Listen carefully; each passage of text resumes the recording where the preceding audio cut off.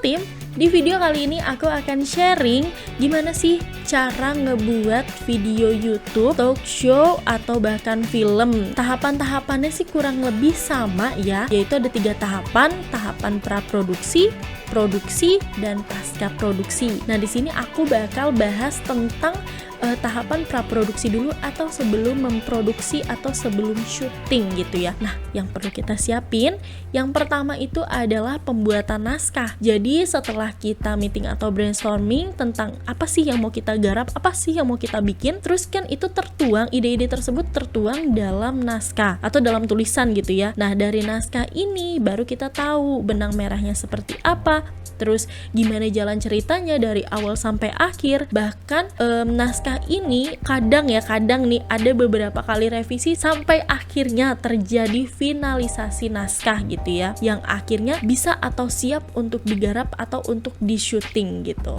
atau untuk syuting lah, di syuting kayak gitu. Nah, buat yang tahapan kedua itu adalah pembuatan storyboard atau shortlist. Nah, di sini biasanya si director ini atau sutradara ini memvisualisasi dari naskah, dia memvisualisasi berupa gambar gitu ya, nanti shot-shot apa aja sih yang bakal diambil. Nah, nanti ini juga yang akan menjadi arahan untuk para penata kamera atau campers. Jadi pas nanti syuting udah nggak ada nih misinterpretasi atau miskom gitu ya. Sumpamanya si di naskah ini tuh kan dramatis, terus si director pengen ngambilnya close up gitu ya, terus si campersnya nggak tahu nih, atau penata kameranya nggak tahu, terus dia ambil full shot gitu kan, itu kan bakal jadi beda ya.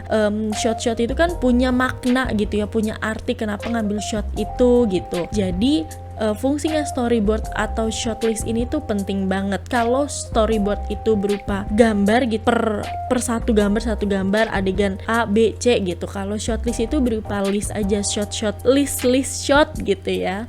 Nah, tahap selanjutnya yaitu survei lokasi.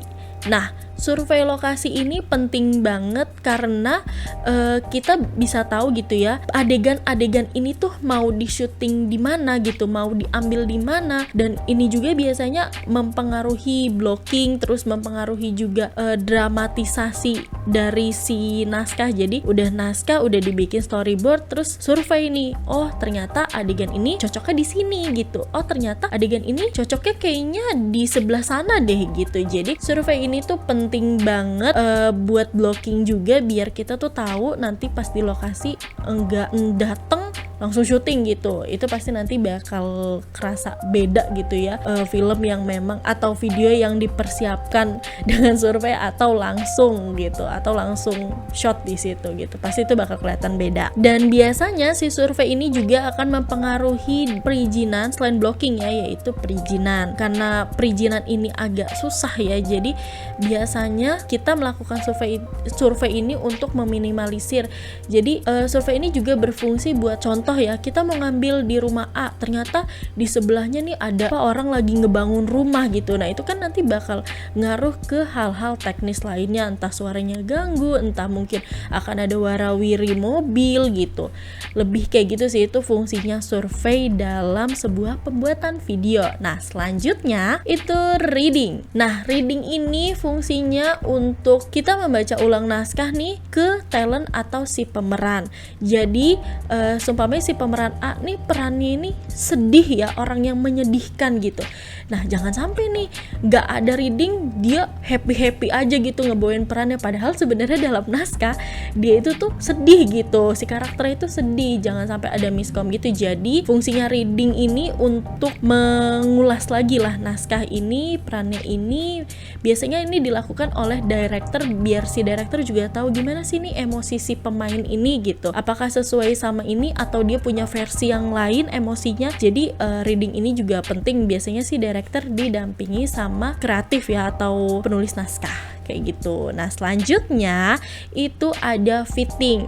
Nah, fitting ini berfungsi buat biar si talent ini sesuai gitu ya pakaiannya, terus perannya seumpamanya jadi orang yang kaya raya, nggak mungkin dong pakai bajunya yang sobek-sobek gitu ya. Itu kan bakal ngebuat apa ya, kita nih nonton nih, kita belum lihat nih dia ngomong apa, pasti kita udah mikir dia pasti orang yang nggak punya karena bajunya itu compang-camping gitu kan ya, padahal sebenarnya dia orang punya gitu. Cuman karena kita kesan pertamanya itu ngelihat visualnya atau pakaiannya itu nggak sesuai sama si karakternya, jadi kita main hakim sendiri, ya ini pasti orang inilah gitu. Jadi nih fitting ini berfungsi untuk mendukung atau mendukung si peran karakter gitu.